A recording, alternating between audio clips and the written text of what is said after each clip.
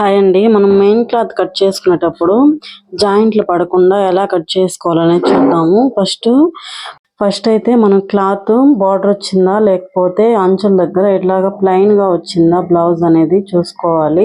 నాకైతే ఇక్కడ బ్లౌజ్ మొత్తం కూడా ఇలాగా ఒకే డిజైన్ వచ్చిందనమాట. కొన్ని బ్లౌజులకి వన్ సైడ్ పెద్ద బార్డర్ ఉంటుంది, వన్ సైడ్ చిన్న బార్డర్ ఉంటుంది కదా. అలాంటప్పుడు మనం బార్డర్ బట్టి హ్యాండ్స్ కట్ చేసుకోవాలి. పెద్ద బార్డర్ ఉన్న సైడ్ హ్యాండ్స్ కట్ చేసుకొని చిన్న బార్డర్ ఉన్న సైడ్ బ్యాక్ పార్ట్ కట్ చేసుకుంటాము.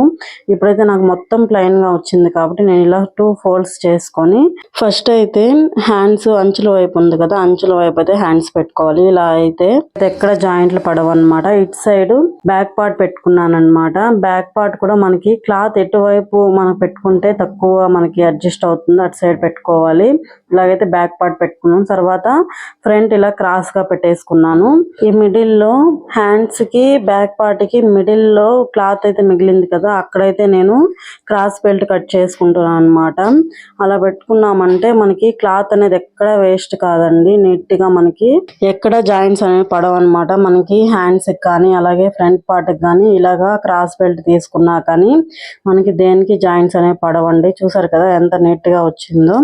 ఇలాగైతే ఈజీగా కట్ చేసుకోండి. మనం ఎలా అయితే పెట్టుకుంటామో దాన్ని బట్టే క్లాత్ అనేది మనకి ఎక్కువ తక్కువ వస్తుంది అనమాట. నేను కట్ చేసుకున్న తర్వాత ఈ క్లాత్ అయితే నాకు మిగిలిందండి. దీన్ని నేను పైపింగ్ కోసం అయితే యూజ్ చేస్తాను అనమాట. ఈ వీడియో మీకు ఎలా అనిపించిందో లైక్ చేసి కామెంట్ చేయండి. అలాగే మన ఛానల్ సబ్స్క్రైబ్ చేసుకోండి. Thank you.